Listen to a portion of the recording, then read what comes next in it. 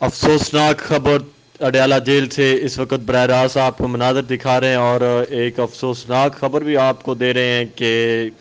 جو اڈیالہ جیل میں قید کپتان اور ان کے وائس کپتان شاہ محمود قریشی دونوں کو سزا سنا دی گئی، 10 سال قید۔ سابق وزیر اعظم، چیئرمین تحریک انصاف، سابق کپتان پاکستان کرکٹ ٹیم اور پاکستان کے اندر اپنے ایک منفرد مقام رکھنے والے، اور پاکستان کے لیے بہت زیادہ ان کے کارنامے بھی ہیں، وہ ان کی کرکٹ کے حوالے سے ہوں، ان کے رفائی کاموں سے ہوں، نمل ہو، شوکت خانم ہو، پھر وزارت عظمیٰ تک کا جو ان کا سفر ہے اس کے اگر بات کی جائے تو عمران خان کی جدوجہد ہے وہ بڑی بے مثال ہے، لیکن آج بدقسمتی سے سیفر کیس میں ان کو 10 سال سزا سنا دی گئی ہے۔ نہ صرف ان کو سزا سنا دی گئی ہے بلکہ ان کے وائس کپتان محدوم شاہ محمود قریشی کو بھی 10 سال کی قید سنا دی گئی ہے۔ اور شاہ محمود قریشی کو آپ جانتے ہیں کہ جنہوں نے ریمن ڈیوس کے حوالے سے بھی جھکنے سے انکار کر دیا تھا، پھر انہوں نے یہ سیفر والے معاملے میں بھی جھکنے سے انکار کر دیا تھا، تو اب شاہ محمود قریشی کو بھی جو نشان عبرت بنانے کی کوشش کی جا رہی ہے۔ آپ کو بتاتے چلیں کہ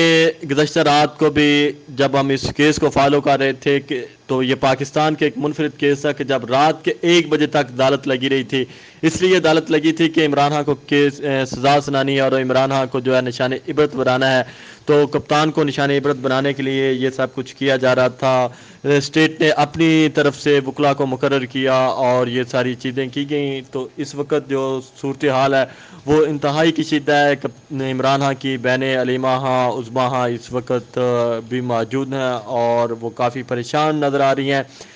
عمران خان کے وکیل بیرسٹر سلمان صفدر نیازی اور دیگر وکلا بھی اس وقت موجود ہیں اور وہ کافی آبدیدہ ہیں۔ حامد خان کی بات کی جائے تو حامد خان اس وقت کافی آبدیدہ ہیں۔ بیرسٹر سلمان صفدر تو جب بات کر رہے ہیں تو وہ رونے لگ جاتے ہیں، ان سے بات نہیں ہو رہی۔ اگر بات کریں علیمہ خان کی تو علیمہ خان بھی اس وقت آبدیدہ ہیں، لیکن وہ کہہ رہی ہیں کہ کیس کو سنا نہیں گیا۔ عمران خان کا بھی یہی رد عمل ہے کہ میرے کیس کو سنا نہیں گیا، انصاف کے جو تقاضے ہیں وہ پورے نہیں کیے گئے۔ اب یہ تھا کہ فیصلہ ہو چکا تھا کہ صرف سزا دینی ہے، تو سزا کے ایک لکونہ ڈھونڈا جا رہا تھا کہ کس طرح ان کو سزا دی جائے اور یہ نشان عبرت بنایا جائے۔ اس وقت براہ راست یہ مناظر اڈیالہ جیل سے جہاں پہ آج جج ذوالفقارنین کی عدالت لگی اور وہ صبح سویرے پہنچ گئے۔ رات کو 1 بجے تک یہاں پہ عدالت لگی اور رات کو 1 بجے کے بعد پھر فوراً صبح 8 بجے یہاں پہ جج پھر پہنچے اور انہوں نے عدالت لگائی، اور آج ابھی یہ آپ کو اس وقت ہم جو خبر دے رہے ہیں یہ اڈیالہ جیل سے ہے، اور اڈیالہ جیل سے ابھی چند لمحے پہلے عمران خان کو 10 سال قید کی سزا سنائی گئی ہے اور شاہ محمود قریشی کو بھی سزا سنا دی گئی ہے۔ اس وقت جو اڈیالہ جیل کے حالات ہیں وہ کافی جو ہے غمگین حالات ہیں۔ اس وقت جو یہاں پہ موجود کھڑے صحافی بھی ہیں وہ بھی پریشان ہیں کہ یہ جو کچھ ہو رہا ہے، یہ جو انصاف کے تقاضے نہیں پورے کیے جا رہے، جو